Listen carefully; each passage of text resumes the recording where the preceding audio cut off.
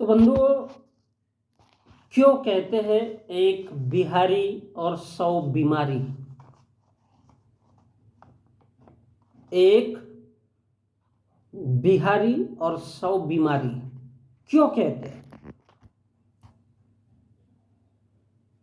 क्या बिहार के सब बाके बिहारी है या बांके बिहारी है? कौन है ये साले बिहारी?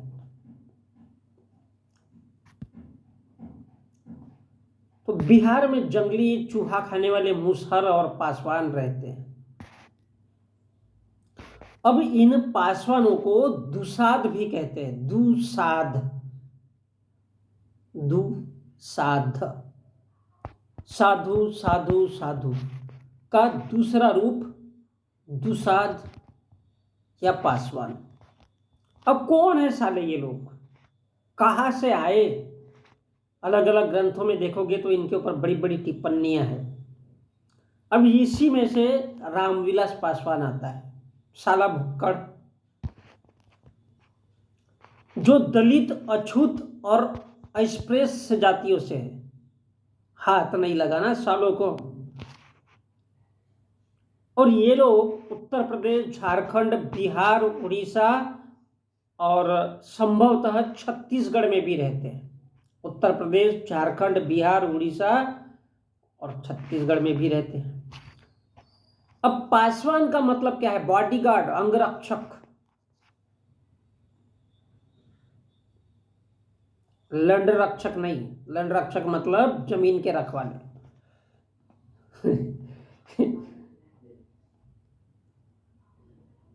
तो ब्रिटिश ईस्ट इंडिया कंपनी ने इनको सिराजुद्दौला के खिलाफ लड़वाया था।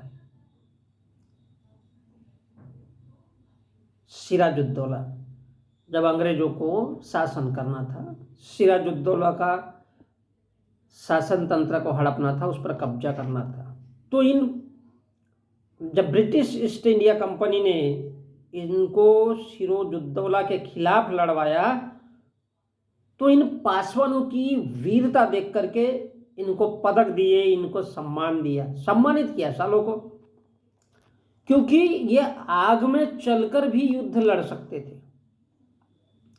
और इनसे अंग्रेज बहुत प्रसन्न हुए और उनको सैनिकों की नौकरियां प्रदान की ईस्ट इंडिया कंपनी ने। और जिस जाति में रामविलास पासवान हुए उनको दुसाध कहा गया। दुसाध का अर्थ था जिनको हराना बड़ा ही मुश्किल है। जो बिहार के भूमिहीन मजदूर और छोटी मोटी कृषि में काम करने वाले या छोटे छोटे कृषक हैं, छोटी छोटी जमीनें या मजदूर के रूप में, जिन्हें दलित या अस्पृश्य जाति के लोग कहते हैं। अस्पृश्य वही अस्पृश्य जिनमें मंदिरों में घुसने के लिए 2 मार्च 1930 को कालाराम मंदिर में नासिक के, महाराष्ट्र के नासिक में आंदोलन किए थे इन दलितों ने। तो यही अस्पृश्य जाति के लोग हैं जिनको दलित, पासवान, मूसर क्या क्या क्या कहा जाता है। तो ये बिहार के जमींदार या राजपूत सरेआम इनकी महिलाओं के स्तन दबाया करते थे, दुद्धू, और सेक्स या हवस करने के लिए हमेशा ही, अब किसी महिला पे कोई थोड़ी कड़क जवान हो गई तो उस महिला के, उसको स्तन की चुटकी कहते हैं, और उसकी लड़ाई टीपू सुल्तान ने लड़ी थी। तो इन महिलाओं के दुद्धू दबाने के लिए राजपूत या ठाकुर बड़ा मजा लेते थे। कभी कभी सोच कर देखो, क्या इंडिया है यार। साला मजा आ जाता है। अब कहाँ राजपूत, राजा भोज की संतान, और कहाँ साला ये अंगू गंगू तेली। तो अपनी हवस मिटाने के लिए ठाकुर, जमींदार इनके घर बार जला दिया करते थे और इनकी सालों की जमीनें छीना करते थे। किनकी? इन पासवान, मूसर ऐसे लोगों की। कौन थे ये? राजस्थान के राजपूत, और उनको बिहार के जमींदार कहा जाता है। और इनको जबरन, अब इन पासवानों को जबरन सुअर पालने के लिए मजबूर किया जाता था, दबाव बनाया जाता था ताकि ये मुस्लिमों से टक्कर ले सके। इनको मुस्लिमों के साथ लड़ाया गया, इनका खड़ा किया गया कि अब जब इनकी जमीनें छीनी जाएगी तो जाहिर सी बात है साले के पास खाने पीने को कुछ रहेगा नहीं, और जब खाने पीने को नहीं रहेगा तो मजबूर रहेंगे। तो बोले तुम सुअर पालो। ये कौन बोलते थे? राजपूत और ठाकुर।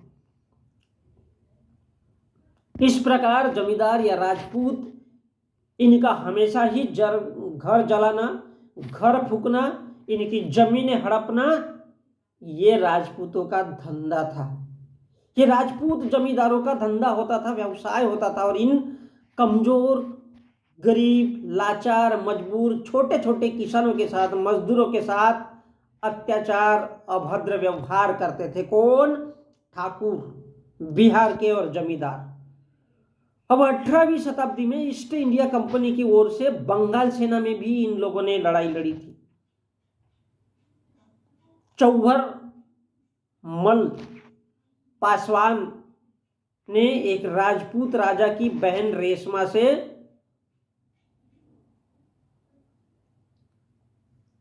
वो लवलाफाटा किया था। तो बंधुओं, ये है पासवान।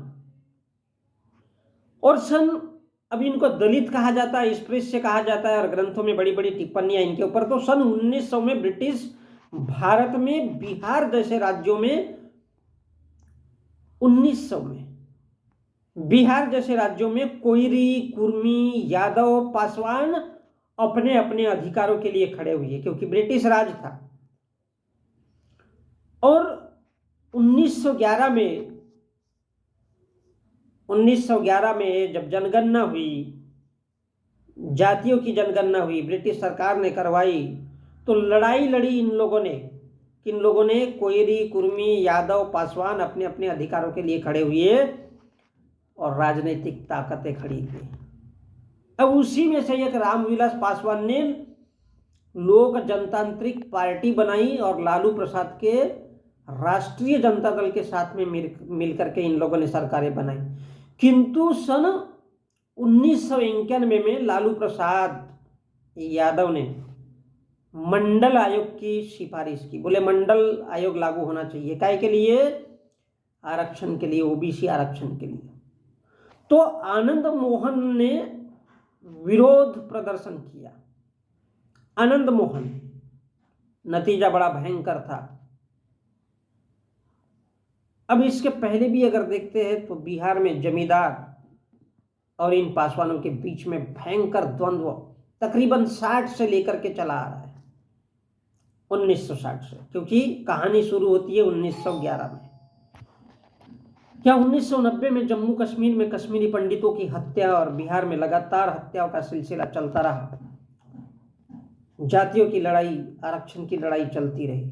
उधर उत्तर प्रदेश में कांसीराम, महाराष्ट्र में 1970-71 के रिपब्लिकन पार्टी ऑफ इंडिया की सीटें निकलना और लालू प्रसाद का धाकड़ प्रशासन, उसका नतीजा था 6 दिसंबर 1992 बाबरी मस्जिद ढा दी गई। और फिर जम्मू कश्मीर जलता रहा और बिहार जलता रहा। तो कभी वक्त मिलता है तो कभी पढ़िए बेलछी नरसंहार, 12 नरसंहार, कभी देखिए इनके पीछे की वजह क्या है। मधुबनी हत्याकांड, रोहतस दंगा, बड़ा इंटरेस्टिंग है बिहार।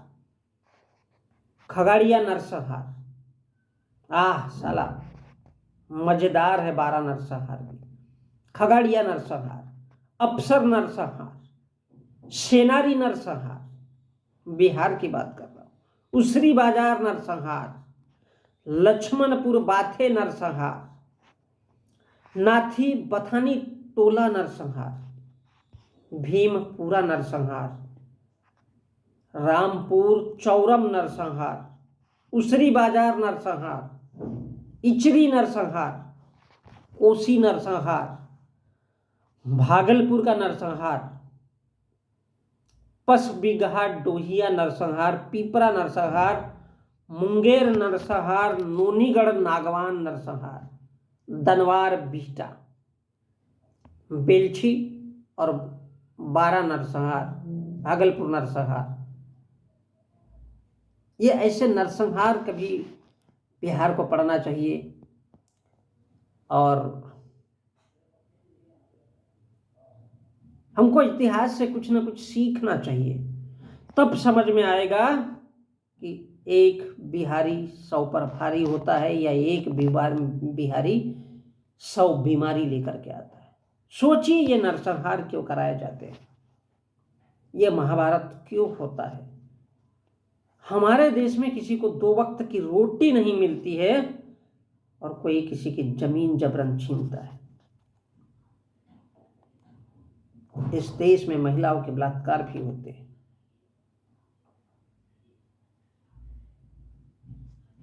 और टीपू सुल्तान ने जो लड़ाई लड़ी है वो इस देश के रग रग में शामिल है। चाहे बिहार हो, उत्तर प्रदेश हो, राजस्थान हो, गुजरात हो, महाराष्ट्र हो या तमिलनाडु हो या केरल हो या उड़ीसा या आंध्र प्रदेश, पूरे देश में ऐसा क्या है कि इस देश में सुकून शांति नहीं आ सकती? ऐसी वो कौन सी राजनीतिक ताकतें हैं? हम कहने को तो कह रहे हैं कि आजाद भारत में है। तो सोचिए ये नरसंहार क्यों कराए जाते हैं, ये क्यों होते हैं, ये महाभारत क्यों होता है? किसी को 2 वक्त की रोटी नहीं मिलती है और कोई जबरन छीन लेता है। और इसलिए कृष्ण अर्जुन को समझाता है कि बेटा अर्जुन, एक इंच जमीन वो देने के लिए राजी नहीं है। कौन? दुर्योधन। तो कोई किसी की जमीन छीनता है, कोई महिलाओं के बलात्कार करता है और हमको पढ़ाया जाता है कि इस दुनिया में 3 के लिए झगड़ा होता है, जर जोरू जमीन। और यही वजह के इसीलिए कहते हैं एक बिहारी और 100 बीमारी। सोचिएगा कभी इस बात पर, एक बिहारी 100 बीमारी। जिंदा है साला लालू प्रसाद यादव। उसने एक गलती की थी कि इन लोगों को छोटी मोटी जमीनें देने का काम किया था और उनसे ये जो दबंग, जिनको भूमिहार कहते हैं, जिनको राजपूत कहते हैं, उन लोगों ने छीनने का। इसलिए अनुराग ठाकुर आज संसद में खड़े होकर राहुल गांधी से सवाल करता है कि जिनकी जातियां नहीं है, बोले वो जातियों पे सवाल करते हैं, तेरे को क्या जरूरत है? वो पूछ रहा है कि संविधान में कितने पन्ने होते हैं, और वो बोल ही रहा था कि संविधान जिन्होंने लिखा है उनको तकलीफ नहीं है, तेरे को क्यों तकलीफ है राहुल गांधी? तो ये इस देश के ठाकुरों की, बनियाओं की और ब्राह्मणों की मानसिकता है। और इसलिए ये बेलछी, बारा नरसंहार, मधुबनी, रोहतस, खगड़िया, अफसर, सेनारी, उसरी बाजार, लक्ष्मणपुर बाथे, नाथी बथानी, भीमपुरा, इस देश में केवल एक छोटे समुदाय को दूसरे छोटे समुदाय से लड़ाया जाता है, भिड़ाया जाता है।